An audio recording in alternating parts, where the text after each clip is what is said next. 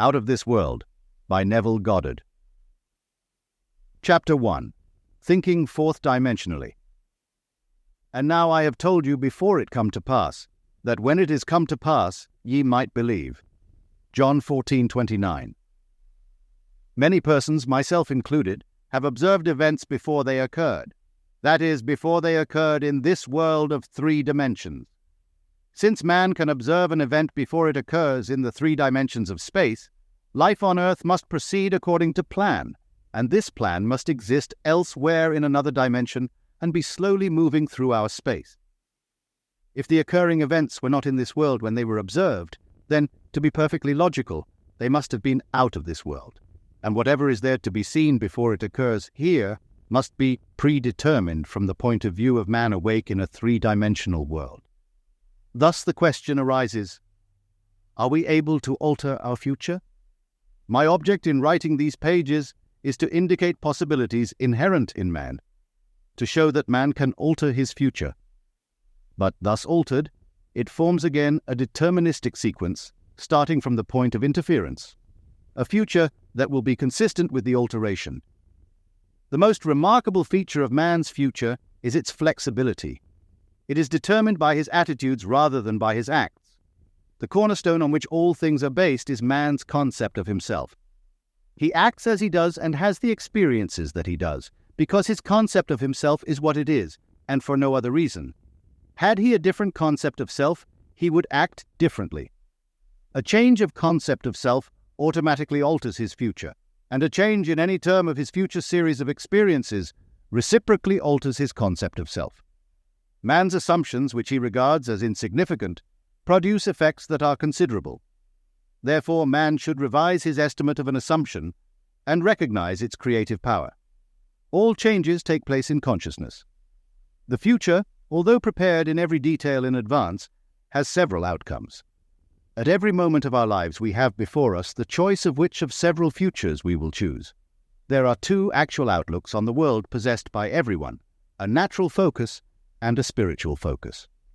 The ancient teachers called the one the carnal mind, the other the mind of Christ.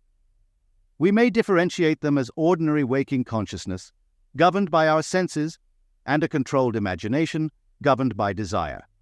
We recognize these 2 distinct centers of thought in the statement, "The natural man receiveth not the things of the Spirit of God, for they are foolishness unto him, neither can he know them, for they are spiritually discerned."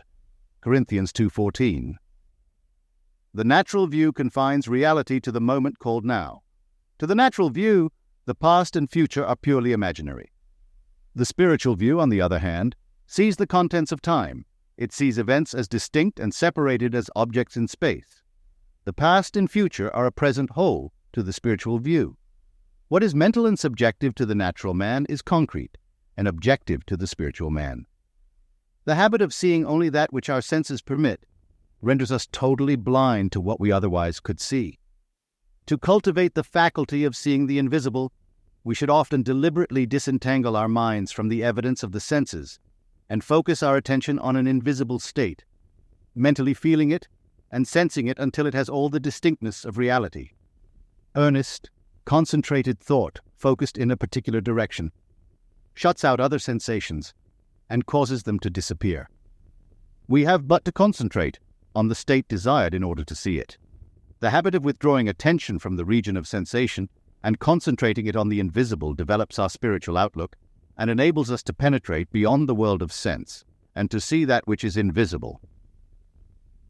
For the invisible things of him from the creation of the world are clearly seen. Romans 1:20. This vision is completely independent of the natural faculties. Open it and quicken it. Without it, these instructions are useless, for the things of the Spirit are spiritually discerned. A little practice will convince us that we can, by controlling our imagination, reshape our future in harmony with our desire. Desire is the mainspring of action. We could not move a single finger unless we had a desire to move it. No matter what we do, we follow the desire which at the moment dominates our minds. When we break a habit, our desire to break it is greater than our desire to continue in the habit. The desires which impel us to action are those that hold our attention. A desire is but an awareness of something we lack or need to make our life more enjoyable. Desires always have some personal gain in view. The greater the anticipated gain, the more intense is the desire. There is no absolutely unselfish desire. Where there is nothing to gain, there is no desire, and consequently, no action. The spiritual man speaks to the natural man through the language of desire. The key to progress in life and to the fulfillment of dreams lies in ready obedience to its voice. Unhesitating obedience to its voice is an immediate assumption of the wish fulfilled. To desire a state is to have it. As Pascal has said, "You would not have sought me had you not already found me." Man, by assuming the feeling of his wish fulfilled, and then living and acting on this conviction, alters the future in harmony with his assumption. Assumptions awaken what they affirm. As soon as man assumes the feeling of his wish fulfilled, his four-dimensional self finds ways for the attainment of this end, discovers methods for its realization. I know of no clearer definition of the means by which we realize our desires than to experience in imagination what we would experience in the flesh were we to achieve our goal. This experience of the end wills the means. With its larger outlook, the four-dimensional self then constructs the means necessary to realize the accepted end. The undisciplined mind finds it difficult to assume a state which is denied by the senses. Here is a technique that makes it easy to encounter events before they occur, to call things which are not seen as though they were. Romans 4:17. People have a habit of slighting the importance of simple things, but this simple formula for changing the future was discovered after years of searching and experimenting. The first step in changing the future is desire. That is, define your objective, know definitely what you want. Secondly, construct an event which you believe you would encounter following the fulfillment of your desire. An event which implies fulfillment of your desire, something that will have the action of self-predominant. Thirdly, immobilize the physical body and induce a condition akin to sleep. Lie on a bed or relax in a chair and imagine that you are sleepy, then with eyelids closed, and your attention focused on the action you intend to experience. In imagination, mentally feel yourself right into the proposed action, imagining all the while that you are actually performing the action here and now. You must always participate in the imaginary action, not merely stand back and look on, but you must feel that you are actually performing the action, so that the imaginary sensation is real to you. It is important always to remember that the proposed action must be one which follows the fulfillment of your desire. And also, you must feel yourself into the action until it has all the vividness and distinctness of reality. For example, suppose you desired promotion in office. Being congratulated would be an event you would encounter following the fulfillment of your desire. Having selected this action as the one you will experience in imagination, immobilize the physical body and induce a state akin to sleep, a drowsy state, but one in which you are still able to control the direction of your thoughts, a state in which you are attentive without effort. Now imagine that a friend is standing before you. Put your imaginary hand into his. First feel it to be solid and real, then carry on an imaginary conversation with him in harmony with the action. Do not visualize yourself at a distance in point of space and at a distance in point of time, being congratulated on your good fortune.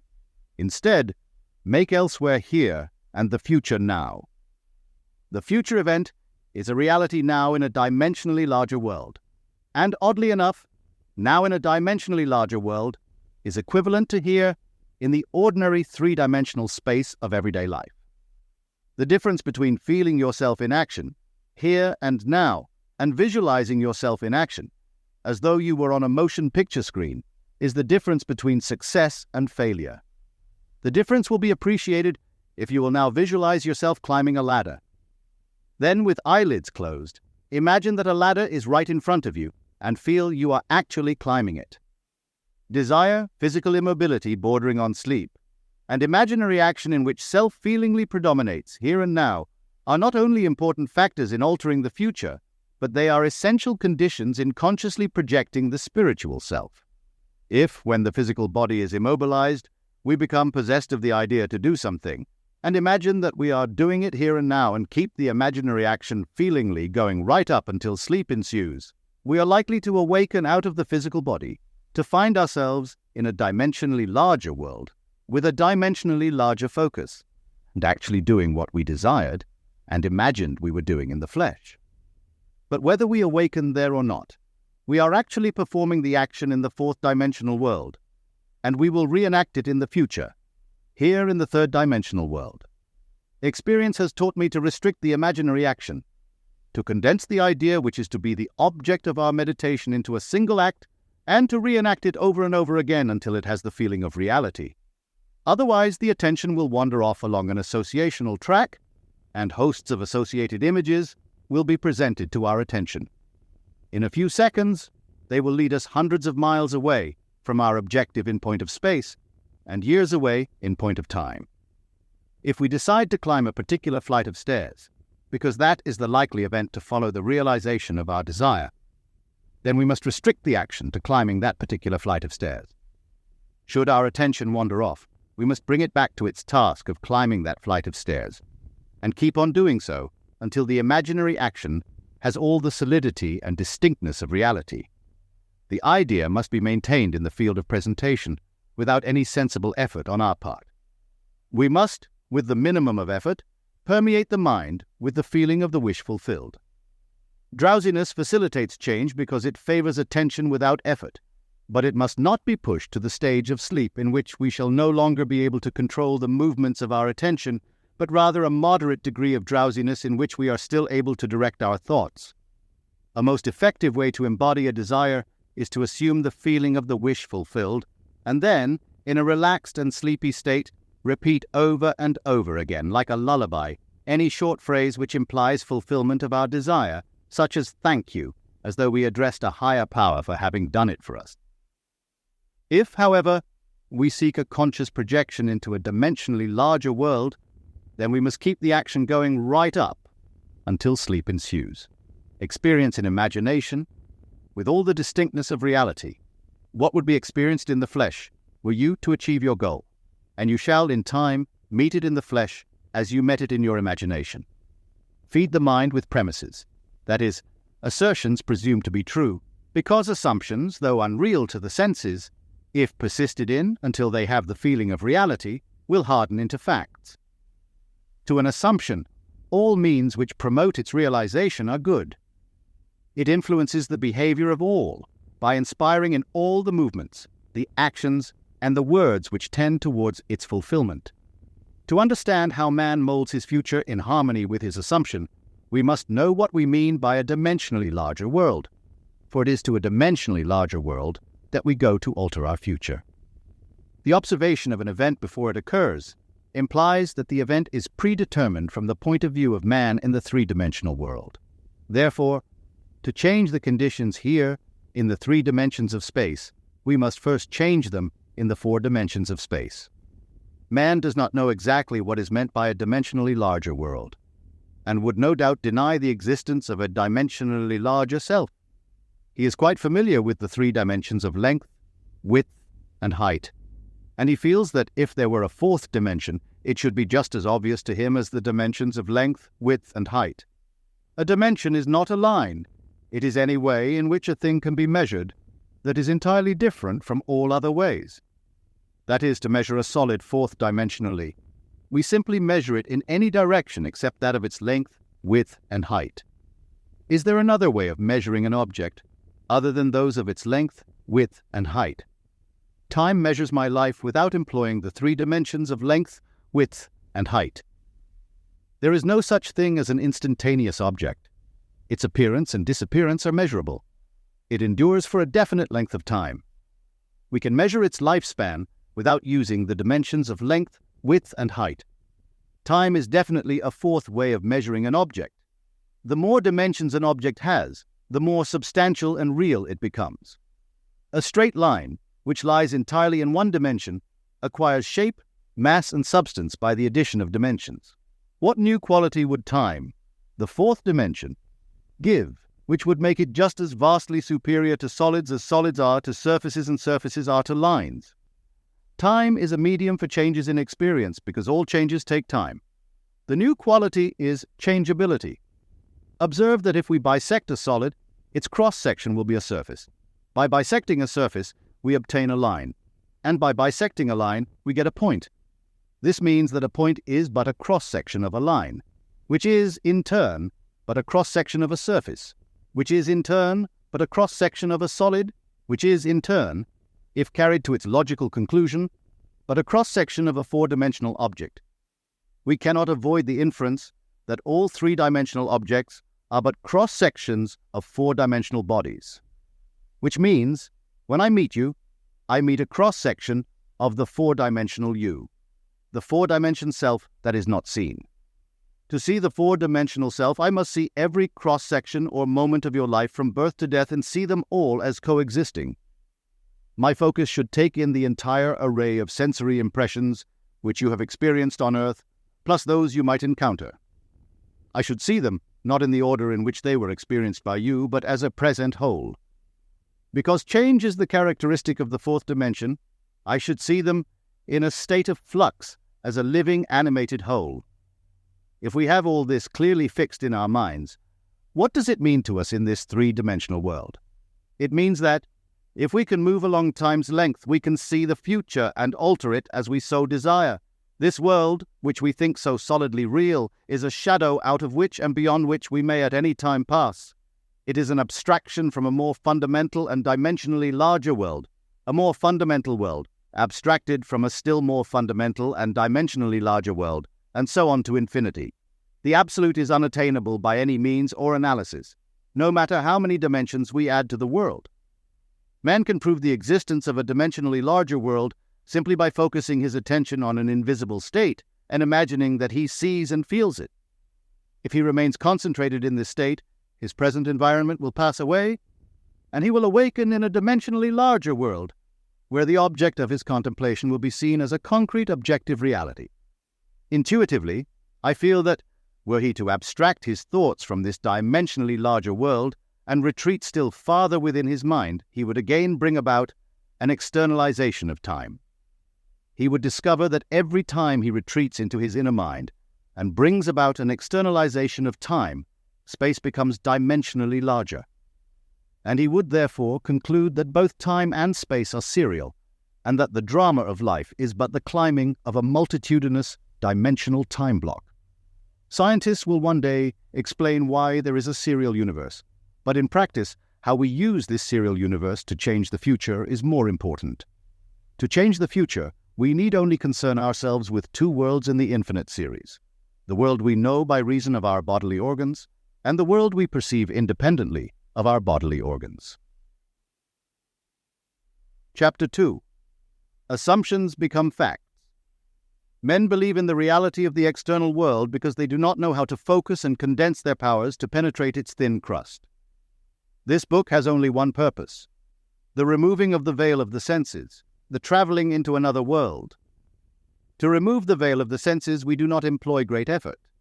The objective world vanishes by turning our attention away from it.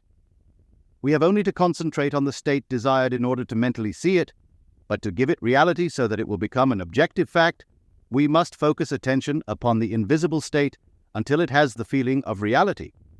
When through concentrated attention, our desire appears to possess the distinctness and feeling of reality, we have given it the right to become a visible concrete fact.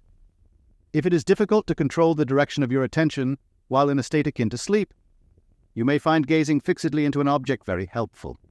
Do not look at its surface, but into and beyond any plane object such as a wall, a carpet, or any other object which possesses depth. Arrange it to return as little reflection as possible. Imagine then that in this depth you are seeing and hearing what you want to see and hear until your attention is exclusively occupied by the imagined state. At the end of your meditation, when you awake from your controlled waking dream, you feel as though you had returned from a great distance. The visible world which you had shut out returns to consciousness, and by its very presence informs you that you have been self-deceived into believing that the object of your contemplation was real. But if you know that consciousness is the one and only reality, you will remain faithful to your vision, and by this sustained mental attitude confirm your gift of reality, and prove that you have the power to give reality to your desires, that they may become visible concrete facts. Define your ideal, and concentrate your attention upon the idea of identifying yourself with your ideal. Assume the feeling of being it, the feeling that would be yours, were you already the embodiment of your ideal. Then live and act upon this conviction. This assumption, though denied by the senses if persisted in, will become fact. You will know when you have succeeded in fixing the desired state in consciousness by simply looking mentally at the people you know. In dialogues with yourself, you are less inhibited and more sincere than in actual conversations with others. Therefore, the opportunity for self-analysis arises when you are surprised by your mental conversations with others. If you see them as you formerly saw them, you have not changed your concept of self, for all changes of concepts of self result in a changed relationship to your world. In your meditation, allow others to see you as they would see you were this new concept of self a concrete fact. You always seem to others an embodiment of the ideal you inspire. Therefore, in meditation, when you contemplate others, you must be seen by them mentally, as you would be seen by them physically were your concept of self an objective fact. That is, in meditation, you imagine that they see you expressing that which you desire to be. If you assume that you are what you want to be, your desire is fulfilled, and in fulfillment, all longing is neutralized.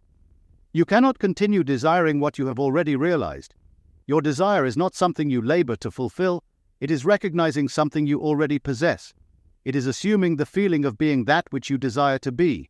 Believing and being are one. The conceiver and his conception are one. Therefore that which you conceive yourself to be can never be so far off as even to be near, for nearness implies separation.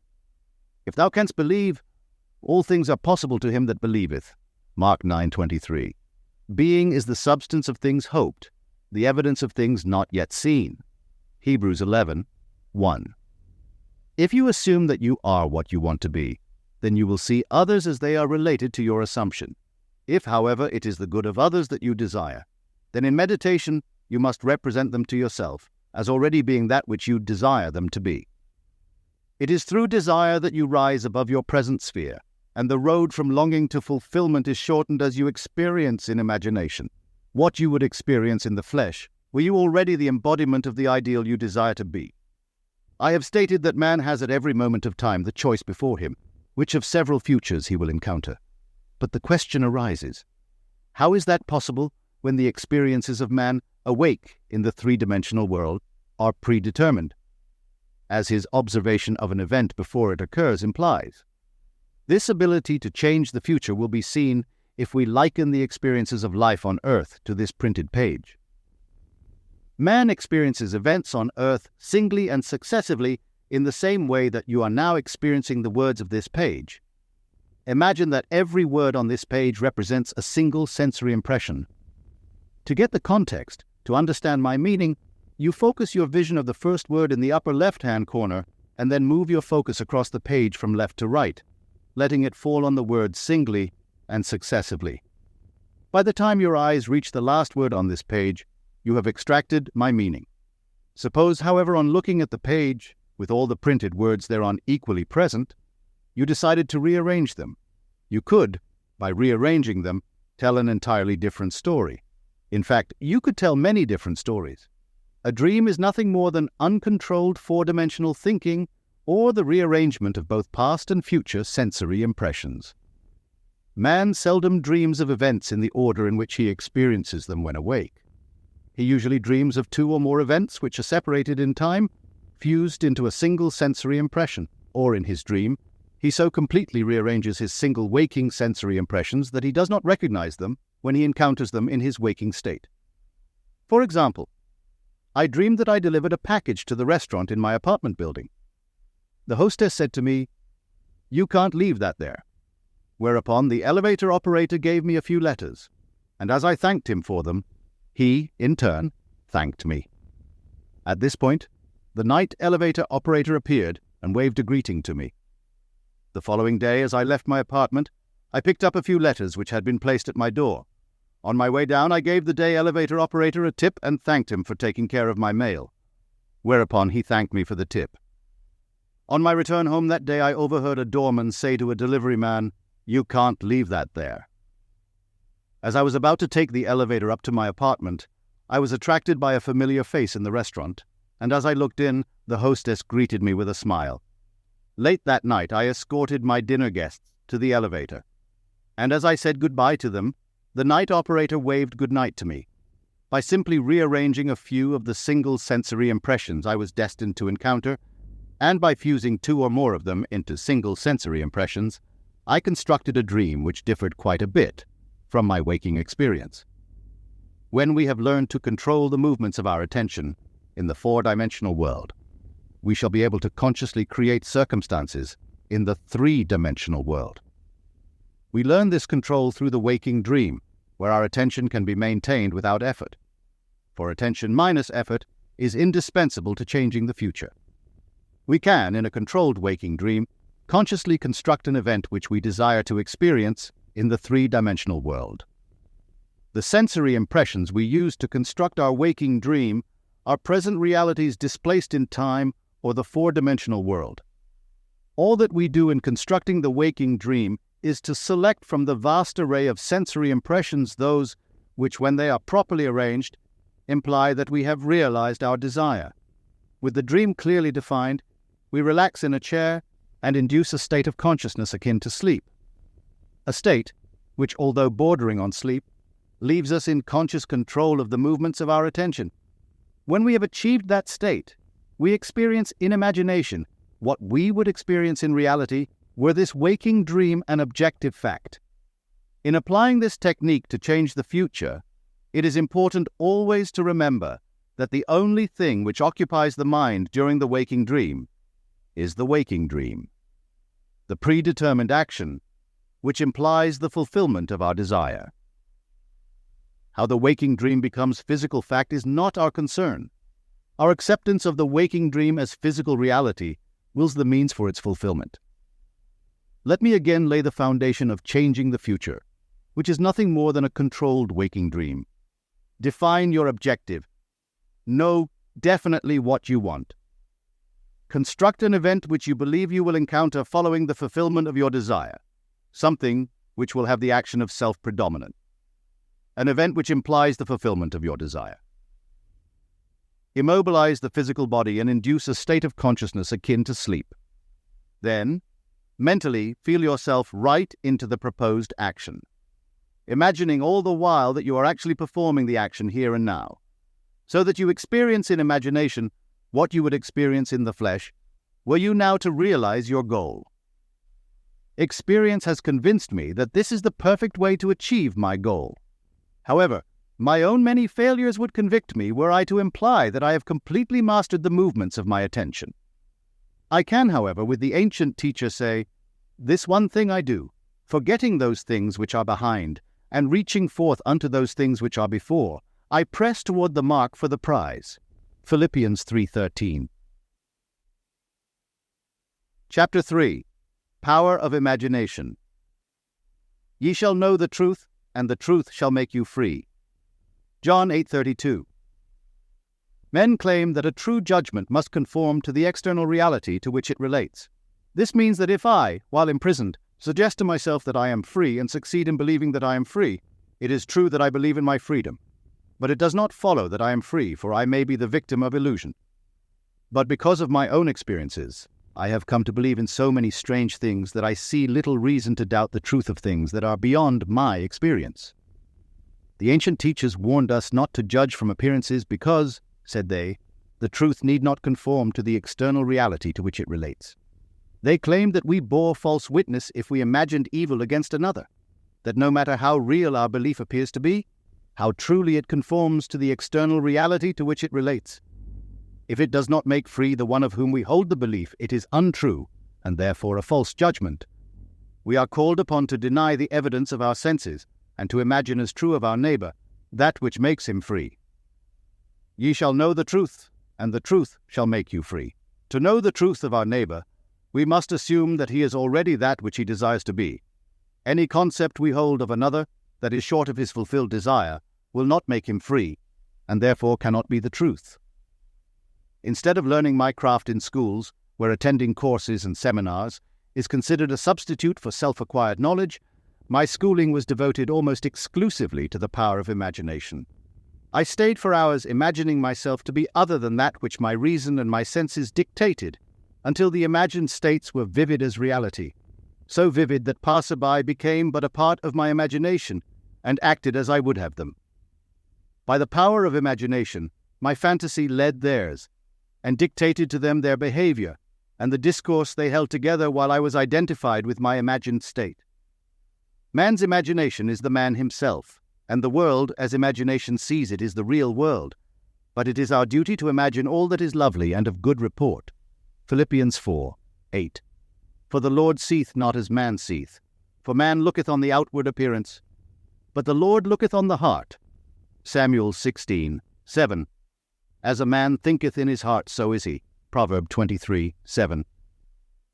In meditation, when the brain grows luminous, I find my imagination endowed with the magnetic power to attract to me whatsoever I desire. Desire is the power imagination uses to fashion life about me as I fashion it within myself. I first desire to see a certain person or scene, and then I look as though I were seeing that which I want to see, and the imagined state becomes objectively real. I desire to hear, and then I listen as though I were hearing, and the imagined voice speaks that which I dictate as though it had initiated the message. I could give you many examples to prove my arguments, to prove that these imagined states do become physical realities. But I know that my examples will awaken in all who have not met the like, or who are not inclined towards my arguments, a most natural incredulity. Nevertheless, experience has convinced me of the truth of the statement. He calleth those things which be not as though they were. Romans 4:17. For I have in intense meditation called things that were not seen as though they were, and the unseen not only became seen, but eventually became physical realities. By this method, first desiring and then imagining that we are experiencing that which we desire to experience, we can mold the future in harmony with our desire. But let us follow the advice of the prophet and think only the lovely and the good, for the imagination waits on us as indifferently and as swiftly when our nature is evil as when it is good. From us spring forth good and evil. I have set before thee this day life and good, and death and evil. Deuteronomy 30:15. Desire and imagination are the enchanter's wand of fable, and they draw to themselves their own affinities. They break forth best when the mind is in a state akin to sleep. I have written with some care and detail the method I use to enter the dimensionally larger world, but I shall give one more formula for opening the door of the larger world. In a dream, in a vision of the night, when deep sleep falleth upon men, in slumberings upon the bed, then he openeth the ears of men, and sealeth their instruction. Job 33:15. In dream we are usually the servant of our vision rather than its master, but the internal fantasy of dream can be turned into an external reality. In dream, as in mediation, we slip from this world into a dimensionally larger world, and I know that the forms in dream are not flat two-dimensional images, which modern psychologists believe them to be. They are substantial realities of the dimensionally larger world, and I can lay hold of them. I have discovered that, if I surprise myself dreaming, I can lay hold of any inanimate or stationary form of the dream, a chair, a table, a stairway, a tree, and command to awake, while firmly holding on the object of the dream. I am pulled through myself, with the distinct feeling of awakening from dream. I awaken in another sphere, holding the object of my dream, to find that I am no longer the servant of my vision, but its master, for I am fully conscious and in control of the movements of my attention. It is in this fully conscious state, when we are in control of the direction of thought, that we call things that are not seen as though they were. In this state, we call things by wishing and assuming the feeling of our wish fulfilled. Unlike the world of 3 dimensions where there is an interval between our assumption and its fulfillment, in the dimensionally larger world, there is an immediate realization of our assumption. The external reality instantly mirrors our assumption. Here there is no need to wait 4 months till harvest. See John 4:35. We look again as though we saw, and lo and behold, the fields are already white to harvest. In this dimensionally larger world, ye shall not need to fight. Set yourselves, stand ye still, and see the salvation of the Lord with you. Chronicles 20:17. And because that greater world is slowly passing through our three-dimensional world, we can, by the power of imagination, mold our world in harmony with our desire. Look as though you saw, listen as though you heard. Stretch forth your imaginary hand as though you touched, and your assumptions will harden into facts. To those who believe that a true judgment must conform to the external reality to which it relates, this will be foolishness and a stumbling block. Corinthians 1:23. But I preach and practice the fixing in consciousness of that which man desires to realize. Experience convinces me that fixed attitudes of mind, which do not conform to the external reality to which they relate, and are therefore called imaginary. Things which are not will nevertheless bring to naught things that are. Corinthians 1:28. I do not wish to write a book of wonders, but rather to turn man's mind back to the one and only reality that the ancient teachers worshipped as God. All that was said of God was in reality said of man's consciousness. So we may say that according as it is written, he that glorieth, let him glory in his own consciousness. Corinthians 1:31. But let him that glorieth glory in this, that he understandeth and knoweth me, that I am the Lord which exercise loving kindness, judgment, and righteousness in the earth. Jeremiah 9:24. No man needs help to direct him in the application of this law of consciousness. I am is the self-definition of the absolute, the root out of which everything grows. I am the vine. John 15:1. What is your answer to the eternal question, who am I? Your answer determines the part you play in the world's drama. Your answer, that is, your concept of self, need not conform to the external reality to which it relates. This great truth is revealed in the statements, let the weak say, I am strong. Joel 3:10. Look back over the good resolutions with which many past New Years are encumbered. They lived a little while and then they died. Why? Because they were severed from their root. Assume that you are that which you want to be. Experience in imagination what you would experience in the flesh were you already that which you want to be. Remain faithful to your assumption, so that you define yourself as that which you have assumed. Things have no life if they are severed from their roots, and our consciousness, our I amness, is the root of all that springs in our world. If we believe not that I am he, ye shall die in your sins. John 8:24. That is, if I do not believe that I am already that which I desire to be, then I remain as I am and die in my present concept of self. There is no power outside of the consciousness of man to resurrect and make alive that which man desires to experience. That man who is accustomed to call up at will whatever images he pleases will be, by virtue of the power of his imagination, master of his fate. I am the resurrection and the life. He that believeth in me, though he were dead, yet shall he live. John 11:25. Ye shall know the truth, and the truth shall make you free. Chapter 4. No one to change but self. And for their sakes I sanctify myself, that they also might be sanctified through the truth. John 17:19. The ideal we serve and strive to attain could never be evolved from us were it not potentially involved in our nature. It is now my purpose to retell and to emphasize an experience of mine printed by me 2 years ago. I believe these quotations from The Search will help us to understand the operation of the law of consciousness and show us that we have no one to change but self. Once in an idle interval at sea I meditated on the perfect state and wondered what I would be, were I of too pure eyes to behold iniquity, if to me all things were pure, and were I without condemnation. As I became lost in this fiery brooding, I found myself lifted above the dark environment of the senses. So intense was feeling, I felt myself a being of fire dwelling in a body of air. Voices as from a heavenly chorus with the exaltation of those who had been conquerors in a conflict with death were singing, He is risen. He is risen, and intuitively I knew they meant me. Then I seemed to be walking in the night. I soon came upon a scene that might have been the ancient pool of Bethesda, for in this place lay a great multitude of impotent folk, blind, halt, withered, waiting not for the moving of the water as of tradition, but waiting for me. As I came near, without thought or effort on my part, they were, one after the other, molded as by the magician of the beautiful. Eyes, hands, feet, all missing members, were drawn from some invisible reservoir, and molded in harmony with that perfection which I felt springing within me. When all were made perfect, the chorus exulted, "It is finished." Then the scene dissolved and I awoke. I know the vision was the result of my intense meditation upon the idea of perfection, for my meditations invariably bring about union with the state contemplated. I had been so completely absorbed within the idea that for a while I had become what I contemplated, and the high purpose with which I had for that moment identified myself drew the companionship of high things and fashioned the vision in harmony with my inner nature.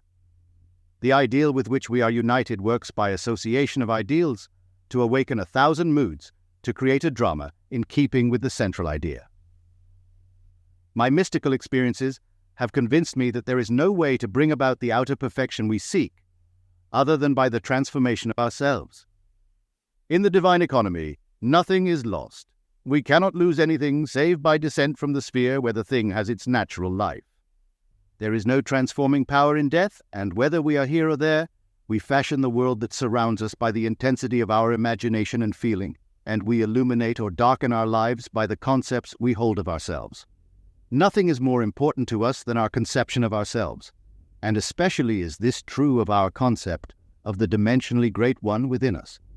Those who help or hinder us, whether they know it or not, are the servants of that law which shapes outward circumstances in harmony with our inner nature. It is our conception of ourselves which frees or constrains us, though it may use material agencies to achieve its purpose. Because life molds the outer world to reflect the inner arrangement of our minds, there is no way of bringing about the outer perfection we seek other than by the transformation of ourselves. No help cometh from without. The hills to which we lift our eyes are those of an inner range.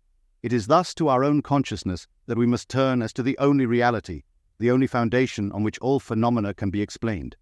We can rely absolutely on the justice of this law to give us only that which is of the nature of ourselves. To attempt to change the world before we change our concept of ourselves is to struggle against the nature of things. There can be no outer change until there is first an inner change.